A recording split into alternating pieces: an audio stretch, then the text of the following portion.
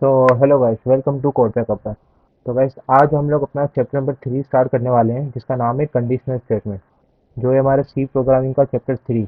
तो इससे पहले मैंने अपनी सी प्रोग्रामिंग के दो चैप्टर कंप्लीट कर चुका हूँ, और उन दो में हमने ट्राई किया है कि हम किस तरीके से यूज़र से इनपुट लेते हैं। हमारे पास एंड ऑपरेटर और ऑपरेटर, ये सारे के सारी चीज़ें हमने less than, greater than, equal to, सबके सब हमने कवर कर दिए हैं अपने इन दो चैप्टर्स के अंदर। और साथ ही साथ हमने उन दो चैप्टर्स के अंदर कुछ प्रैक्टिस क्वेश्चन भी सोल्व किए हैं जो एग्जाम्स में पूछे आते हैं। तो अगर अभी तक आपने हमारे वो दो चैप्टर नहीं देखे हैं, तो सबसे पहले जाओ वो दो चैप्टर चेक करो। उन पूरी प्लेलिस्ट की लिंक आपको डिस्क्रिप्शन में मिल जाएगी, वहाँ से इसको इजीली एक्सेस कर सकते हो। तो आज हम अपना थर्ड चैप्टर स्टार्ट करने वाले हैं, जिसका नाम है कंडीशनल स्टेटमेंट। तो भाई, इस वर्ड कंडीशन से ही आप समझ रहे होंगे कि हम कोई ना कोई कंडीशन चेक कर रहे होंगे अपनी प्रोग्रामिंग के अंदर, कि अगर मेरी कोई कंडीशन ये फुलफिल कर रही है तो आप ये काम कर दो, अगर फुलफिल नहीं कर रही है तो आप ये काम कर दो। तो बेसिकली, अगर मैं आपको इसकी एग्जांपल दूं, या मैं आपको सबसे पहले कंडीशन स्टेटमेंट की टाइप्स बता दूं, तो हमारे पास टोटल दो टाइप की कंडीशन स्टेटमेंट्स होती हैं। सबसे पहले हम इसमें बात करते हैं हमारी इफ एल्स के ऊपर, कि भाई हमारा जो इफ एल्स है वो क्या होता है।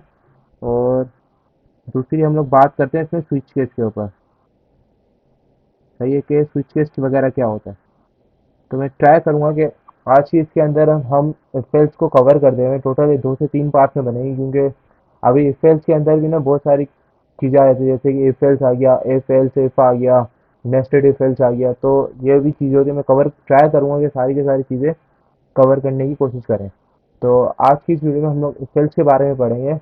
तो इफेल्ट्स का क्या काम होता है, अगर मैं आपको एग्जांपल दूं कि आप है ना यूज़र से दो इनपुट लो, एक ए लो और एक बी लो। सही है, और ये दोनों आपके क्या होंगे, इंटीजर होंगे।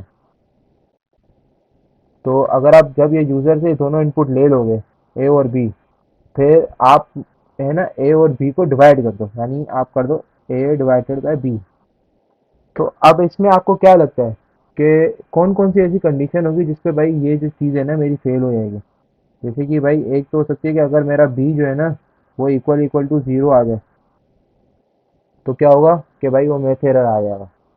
तो हम इफ एल्स के थ्रू इस चीज़ को सोल्व करने की कोशिश करेंगे, यानी कि जब यूज़र मेरी बी की वैल्यू डालेगा, तो सबसे पहले मैं चेक करूंगा कि मेरी बी की वैल्यू ज़ीरो है या नहीं है। अगर बी की वैल्यू मेरी ज़ीरो हुई, तो मैं भाई मैथ एरर प्रिंट कर दूंगा। अगर बी की वैल्यू ज़ीरो ना हुई, तो फिर मैं क्या करूंगा कि ए डिवाइडेड बाई बी करके दिखा दूंगा। तो ये इफ एल्स की कंडीशन के अंदर कर सकते हैं हम। तो कैसे करेंगे, तो सबसे पहले हम जो है ना इफ एल्स का सिंटेक्स देख लेते हैं। सबसे पहले आप क्या करोगे, आप सबसे पहले इफ लिखोगे, और फिर राउंड ब्रैकेट को ओपन करके क्लोज करोगे, और फिर इस टाइप का कुछ कर लोगे, यानी कर्ली ब्रैकेट को ओपन और क्लोज कर लोगे सब। जो आपके राउंड ब्रैकेट ओपन और क्लोज है ना, इसके बीच में आपकी कंडीशन आएगी। जैसे कि हमें क्या कंडीशन चेक करनी थी कि मेरा बी जो है ना वो इक्वल इक्वल टू जीरो ना हो। सही है, या अगर मेरा b equal equal to zero है तो आप मेथ एरर प्रिंट कर दो। एल्स में, अगर मेरा मैंने बोला कि अगर मेरा b equal equal to zero है, तो आप क्या कर दो, मैथ एरर को प्रिंट कर दो। वरना आप एल्स में क्या कर दो, एल्स में आप मेरा कर दो यहाँ पे, एल्स में आप मेरा क्या कर दो, ए डिवाइडेड बाई बी करके दिखा दो। तो इसी चीज़ को अगर हम प्रोग्राम में देखें, प्रोग्राम, तो सबसे पहले ज़रा मैं अपना खोल लेता हूँ विजुअल स्टूडियो। आप कोई भी कंपाइलर यूज़ कर सकते हो, कोई भी ऐड यूज़ कर सकते हो। तो मैं अभी just visual studio V S code use कर रहा हूँ। तो सबसे पहले मैंने क्या किया भाई, मैंने एक ए बना दिया और एक बी बना दिया। फिर मैंने यूज़र से ए और बी की वैल्यू ले ली। तो मैं प्रिंट टेप करके मैं यहाँ पे लिख लेता हूँ एंटर ए। तो ये मेरे को ए देगा, तो मैं स्कैन एफ करके, तो percent d comma m percent a करके मैंने ए की वैल्यू ले ली। सेम इसी तरीके से मैं यूज़र से बी की वैल्यू ले लूँगा। तो यहाँ पे बी लिख दिया, और फिर मैंने बी की वैल्यू ले ली। अब मैं क्या करूँगा, मैं कंडीशन करूँगा ना, इफ मैंने राउंड ब्रैकेट को ओपन और क्लोज किया, इसके बीच में लिखा इफ अगर मेरा b equal equal to zero है। सही है, तो फिर आप क्या कर दो, प्रिंट टेप कर दो, और यहाँ पे आप प्रिंट कर दो मैथ एरर। सही है। और एल्स में आप मेरा क्या कर दो, एल्स में आप मेरा प्रिंट एफ कर दो, एल्स में आप मेरा प्रिंट एफ कर दो percent d comma a divided by b. सही है, तो मेरा ये कोड कंप्लीट हो गया। अब अगर मैं इसको सेव करके और यहाँ से रन कर दूँ,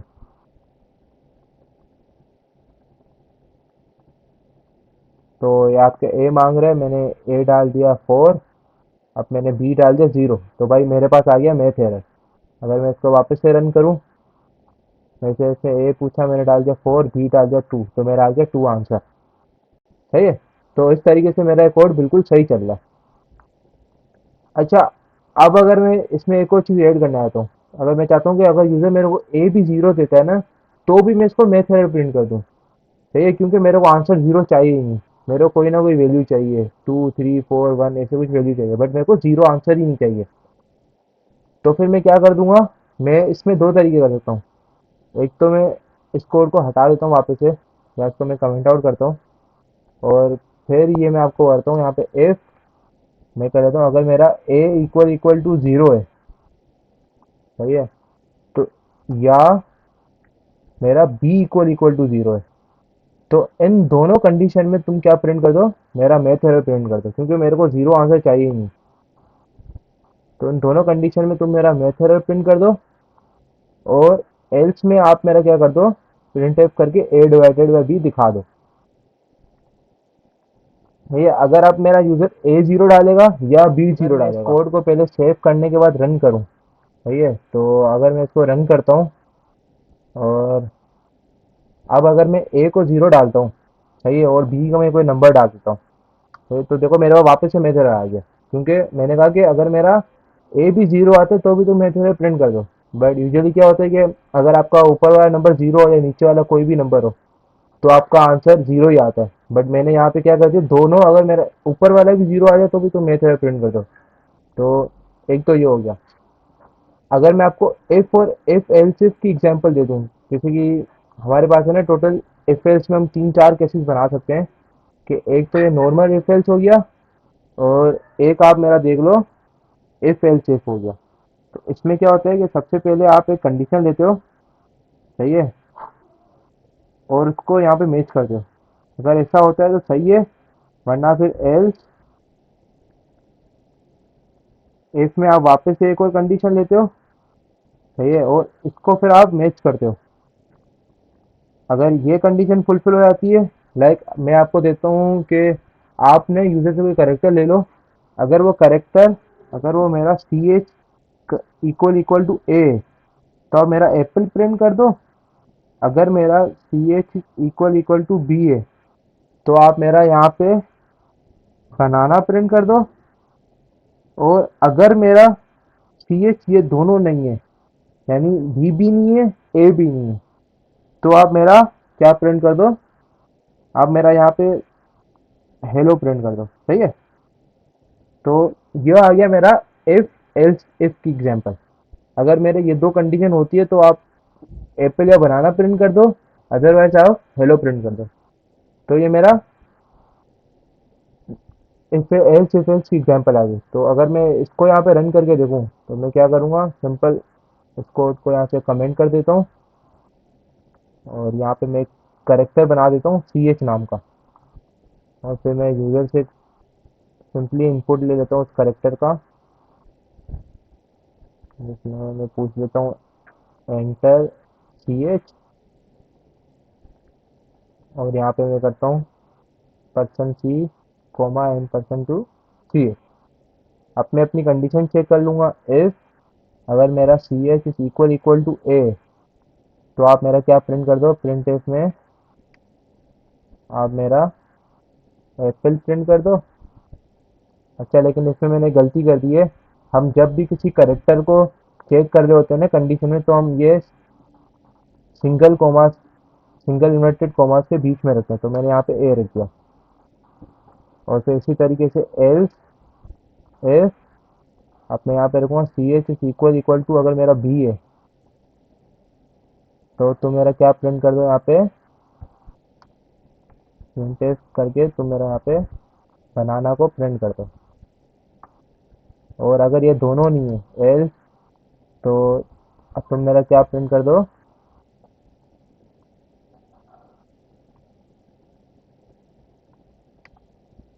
हेलो प्रिंट कर दो। तो अगर मैं इस कोड को रन करके देखूं यहाँ से, तो इसमें मैंने इसे इनपुट लिया, एंटर सी एच मैंने डाल दिया अपना डी, तो देखो इसने मेरा हेलो को प्रिंट कर दिया। अब अगर मैं ए या बी में से कोई चीज़ डाल के देखता हूँ, मैंने ए डाला तो उसने मेरा एप्पल प्रिंट कर दिया। तो ये था मेरा इफ एल्स इफ। अब अगर मैं आपको नेस्टेड इफ एल्स की एग्जांपल दूं, आप नेस्टेड इफ एल्स में क्या होता है कि अगर आपकी एक कंडीशन फुलफिल होती है तो ही आप दूसरी कंडीशन को चेक करोगे।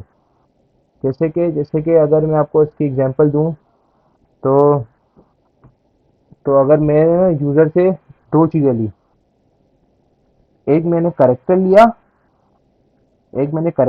और एक मैंने कोई इंटीजर ले लिया, तो सबसे पहले मैं मैच करूंगा, अगर वो मेरा इंटीजर जो है ना, वो अगर मेरा ग्रेटर देन 15 है, सही है, तो ही मैं इसका करेक्टर मैच करूंगा। यानी अगर मेरा इंटीजर ग्रेटर देन 15 है, फिर मैं क्या करूंगा, अंदर आऊंगा और फिर मैं वापस से एक इफ लगाऊंगा, उसके अंदर मैं देखूंगा कि क्या मेरा character equal equal to A है। अगर ऐसा है तो मैं इसको हेलो वर्ल्ड प्रिंट कर दूंगा, वरना मैं इसको बाय बाय प्रिंट कर दूंगा। तो इस चीज़ को ज़रा मैं सिंटेक्स देख लेता हूँ।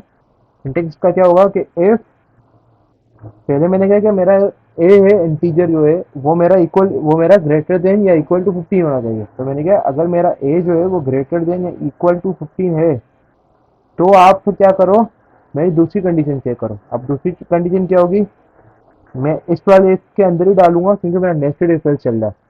तो उसके अंदर मैं क्या करूंगा, इफ डाला और फिर इसके अंदर मैंने चेक किया इफ क्या मेरा जो सी एच है वो इक्वल इक्वल टू, क्या मेरा जो सी एच है वो इक्वल इक्वल टू ए है। अगर ऐसा है, सही है, यानी कि मेरा पहले A is greater than equal to 15 होना चाहिए। उसके बाद मैंने नेस्टेड इफ एल्स के अंदर मैंने वापस से इफ लगाया, उसके अंदर मैंने पूछा क्या मेरा C H equal equal to A, अगर है तो तुम मेरा हेलो प्रिंट कर दो, सही है। तो ये मैंने यहाँ पे भी मेरा इफ खत्म कर दिया। अगर ये ऐसा है तो मेरा हेलो प्रिंट कर दो, वरना तुम मेरा बाहर आ जाओ उससे। और बाहर आने के बाद क्या करो, अच्छा पहले मेरे को इफ, इस इफ का भी मेरे को एल्स लिखना होगा। तो इस इफ के एल्स में मैं क्या रखूंगा, तो सबसे पहले मैं जरा इसको रेस कर देता हूँ यहाँ पे। और इस इफ के एल्स में मैं क्या रखूंगा, यहाँ पे मैं इसका एल्स जरा नीचे लिख लेता हूँ, और इसके एल्स में मैं क्या रखूंगा, अगर मेरा वो ए है तो तुम मेरा हेलो प्रिंट कर दो, वरना तुम मेरा वर्ल्ड प्रिंट कर दो, सही है। तो अगर देखो, अगर मेरा ग्रेटर देन इक्वल टू ए 15 हो गया, सही है, फिर मैं सी एच चेक कर रहा हूँ, अगर मेरा सी एच ए है तो मेरा हेलो प्रिंट होगा, अगर मेरा सी एच ए के अलावा कुछ हुआ तो मेरा वर्ल्ड प्रिंट हो जाएगा। अगर मेरा ये 15 हुआ ही नहीं, यानी अगर मेरा 15 से छोटा हुआ, तो फिर क्या होगा, तो फिर मैं क्या करूँगा, यहाँ पे एल्स लिखा और इस एल्स के अंदर मैं प्रिंट अपना करूँगा बाय, सही है। तो ये थोड़ा कॉम्प्लिकेट हो गया, मेरे को समझ में नहीं आएगा, उसको मैं रिपीट कर देता हूँ। तो देखो, मैंने यहाँ पे क्या किया, सबसे पहले मैंने कंडीशन चेक की क्या मेरा ए ग्रेटर देन इक्वल टू 15 है।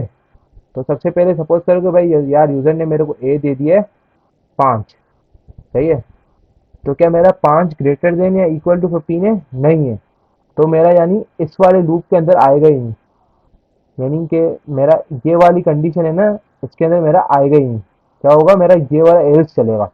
तो जब मेरा ये एल्स चला तो प्रिंट क्या होगा, ये बाय प्रिंट हो गया। अब सपोज करो कि यूज़र ने मेरे को जो वैल्यू दी है ना, वो वैल्यू दे दी 20, सही है, तो उसने मेरे को 20 दी, तो मैंने चेक किया क्या मेरा ये ए जो है ग्रेटर देन इक्वल टू 15 है, हाँ है, 20 है। फिर यूज़र ने मेरे को करेक्टर क्या दे दिया, और सपोज करो उसने मेरे को करेक्टर दे दिया बी, सही है, तो क्या मेरा character equal equal to A है, नहीं है, तो यानी मेरा हेलो प्रिंट नहीं होगा, मेरा प्रिंट क्या हो जाएगा, ये वर्ल्ड प्रिंट हो जाएगा। अब अगर सपोज करो कि मेरे को यूज़र ने ए दे दिया 20 और मेरे को उसने करेक्टर दे दिया ए दे दिया, सही है। तो मेरा ग्रेटर देन इक्वल टू 15 है, हाँ है। मेरा if C H is equal equal to A है, हाँ है। तो मेरा प्रिंट क्या हो गया, हेलो प्रिंट हो गया, सही है। तो ये आई होप अभी आपको थोड़ा सा क्लियर हो गया होगा, बट अगर हम इसका कोड करके देखें, सही है, तो इसका कोड कर देते हैं। मैंने क्या किया यहाँ पे, चार बनाया सी एच नाम का, और एक मैंने बनाया एंड नंबर। फिर मैंने क्या किया कि यहाँ पे यूजर से पूछ लिया, मैंने क्या किया यहाँ पे यूजर से पूछ लिया, बल्कि हाँ प्रिंट एफ करके मैंने बोल दिया एंटर नंबर,